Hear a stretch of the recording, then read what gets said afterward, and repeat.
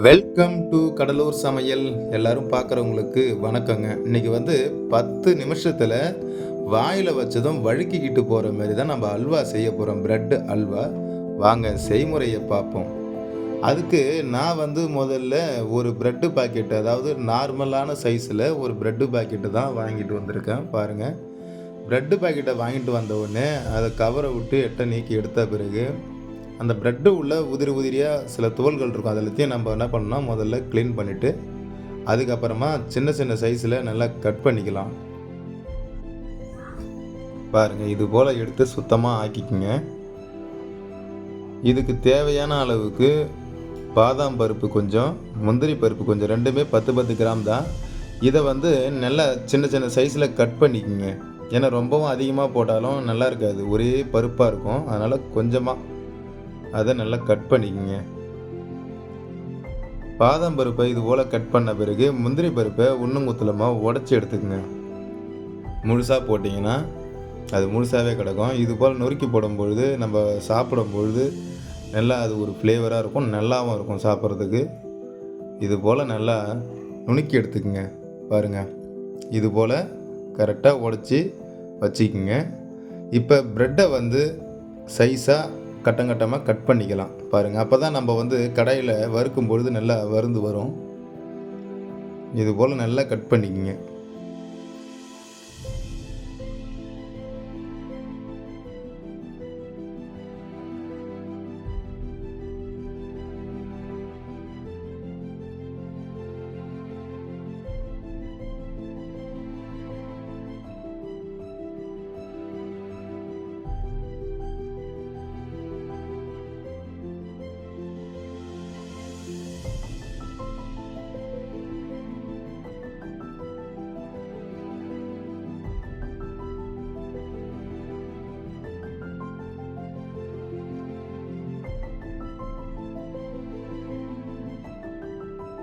பாருங்கள், ப்ரெட்டு மொத்தமும் இந்த மாதிரி நம்ம சைஸாக கட் பண்ணிட்டோம். இது போல் தான் கட்டமாக கட் பண்ணிக்கணும். அப்போ தான் நமக்கு பொரிக்கிறதுக்கு நல்லா ஈஸியாக இருக்கும்.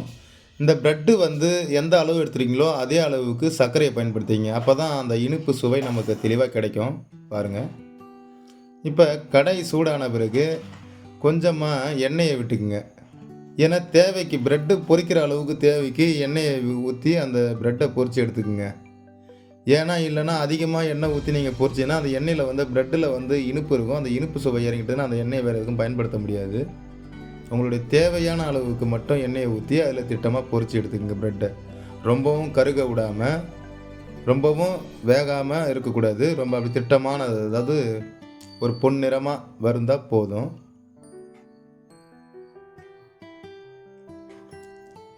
சரிங்க, இது போல் ஒன்று ஒன்றா திருப்பி விடுங்க. ஒரே சைடாக வேக விட்டாலும் கருப்பாயிடுதுன்னா நல்லா இருக்காது, ரொம்ப வரிக்கி மாதிரி ஆகிடும். அதை அந்த பதத்துக்கு போக விடாமல் ஒன்று ஒன்றா பிரட்டி விட்டு நல்லா வறுத்து எடுத்துக்குங்க. இது போல் தான் பிரட்டி எடுக்கணும்.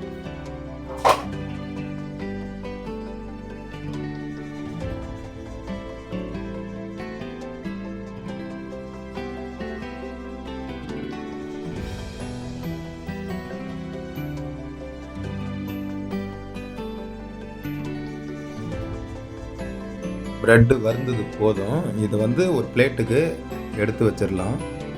பாருங்கள், இந்த அளவுக்கு வறுந்தால் போதும். இதே போல் எல்லா ப்ரெட்டையுமே நல்லா வறுத்து எடுத்துக்கோங்க.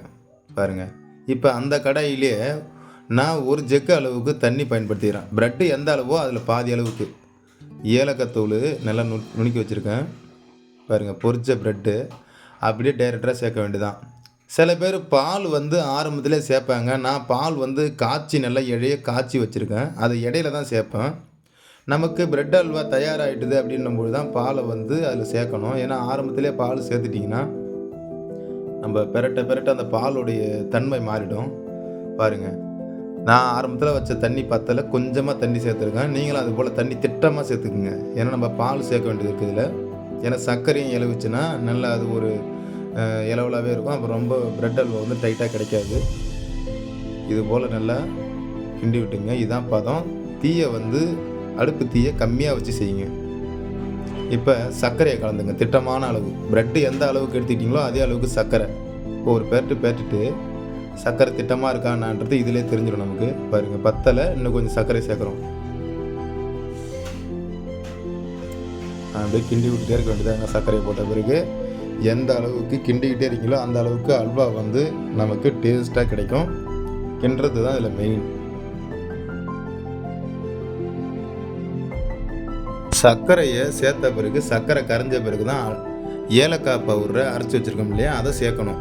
ஆரம்பத்துலேயும் சேர்க்கக்கூடாது, லாஸ்ட்டாகவும் சேர்க்கக்கூடாது. இப்போ சர்க்கரை நமக்கு எந்த அளவுக்கு தெளிவாக பாருங்கள் கரைஞ்சி இப்போ வேகிறதுக்கு தயாராகிட்டுது. இந்த நேரத்தில் நம்ம ஏலக்காய் தூளை சேர்க்கும் போது நல்ல வாசனை, இதுக்கப்புறம் வாசனை நல்ல கம்மன்னு வரும். இதுக்காக வேறு எந்த எசன்ஸும் கலக்க வேண்டாம். இதில் ஏலக்காய் தூளை மட்டும் போட்டாலே போதும். பாருங்கள், அல்வா எந்த அளவுக்கு ரெடி ஆகிட்டே வருது பாருங்கள். நல்லா கிண்டிக்கிட்டே இருங்க. நல்ல வாசனையோடு அல்வா ரெடி ஆகிட்டு இருக்கு பாருங்கள்.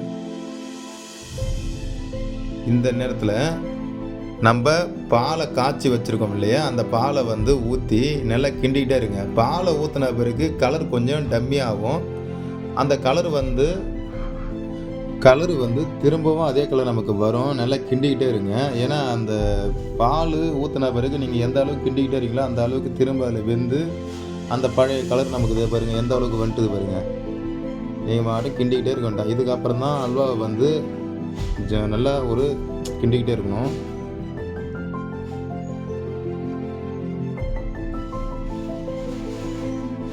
பாருங்க, கலரும் நல்லா தெளிவாக வந்துருச்சு. கிண்டிக்கிட்டே இருக்க வேண்டியதான். நம்ம எந்த அளவுக்கு கிண்டிக்கிட்டே இருக்கோமோ அடி பிடிக்காமல். இதில் என்ன பிரிய தான் அந்த அல்வா வந்து நல்லா சுவை கிடைக்கும். நல்லா கிண்டிக்கிட்டே தான் இருக்கணும்.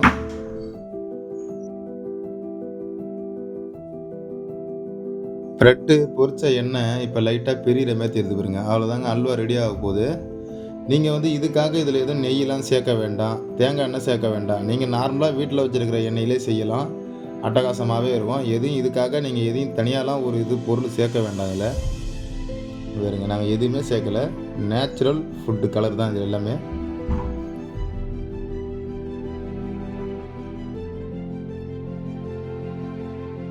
பாருங்கள், அல்வா வந்து தயாராகிட்டுது. இந்த அல்வா தயாராகிட்டுது அப்படின்னு தெரிஞ்சுக்கிறதுக்கு பாருங்கள், இது போல் நல்லா டைட்டாக ஆகிட்டுதுன்னா தயாராகிட்டுதுன்னு அர்த்தம். இதை வந்து பிளேட்டில் மாற்றி அப்படியே என்ன பண்ணால் கொஞ்சம் நிறைய விட்டு ஒரு சமமாக நிறைய விட்டுட்டு மேலே வந்து என்ன பண்ணுங்கன்னா, ஆல்ரெடி நம்ம வந்து முந்திரி பருப்பையும் பாதாம் பருப்பையும் நல்லா சின்ன சின்ன சைஸில் கட் பண்ணி வச்சுருக்கோம். அதை மேலே போட்டு நல்லா ஒரு தட்டி விட்டுட்டு, இந்த அல்வா வந்து மேக்ஸிமம் ஒரு 2 மணி நேரமாக தான் ஆறணும். ஆறுற வரைக்கும் பேசாத விட்டிங்கன்னா அந்த அல்வா வந்து நமக்கு எப்பயும் கடையில், அதாவது கல்யாண வீட்டில் சாப்பிட்ருப்போம், கடையில் வாங்கி சாப்பிட்ருப்போம், அந்த அல்வாவே தோக்கடிக்கிற அளவுக்கு அவ்வளோ பிரமாதமாக இருக்கும். ட்ரை பண்ணி பாருங்கள். இதுதான் அல்வானுடைய ரகசியம். பாருங்கள், இது போல் நிறைய விட்டுட்டு நல்லா அழகாக தட்டி நிறைய விட்டுக்குங்க. ஏன்னா அப்போ தான் அந்த அல்வா வந்து அந்த பொசிஷனில் கிடைக்கும். இதுக்கப்புறம் என்ன பண்ண போகிறோம்னா, நம்ம வந்து இந்த முந்திரி பருப்பையும் பாதாம் பருப்பையும், சில பேர் வெள்ளரி விதையும் சேர்த்துப்பாங்க. உங்களுக்கு எது தேவைப்படுதோ அதை சேர்த்துக்கலாம். முந்திரி பருப்பு பாதாம் பருப்பு நான் சேர்த்துருக்கேன். இது ரெண்டும் பிரெட் அல்வாவுக்கு நல்ல ஒரு வாசனையாகவும் இருக்கும், நல்ல ஒரு சாப்பிட்றதுக்கு ஒரு மணமாகவும் இருக்கும். இது தேவைன்றவங்க ஆரம்பத்திலே கிண்டும் போதும் கலந்துக்கலாம். இல்லைனா இதேமாரி பிளேட்டில் மாற்றி இறக்குன பிறகும் மேலே போட்டு தட்டி விட்டிங்கன்னா இப்போ கண்ணுக்கு பார்க்குறதுக்கு நல்லா ஒரு கலர்ஃபுல்லாக இருக்கும் பார்க்குறதுக்கு. சில பேர் ஆரம்பத்துலேயே சேர்ப்பாங்க. நீங்கள் ஆரம்பத்திலே சேர்க்கணும் சேர்த்துக்கலாம், ஒன்றும் பிரச்சனை கிடையாது. அதனால்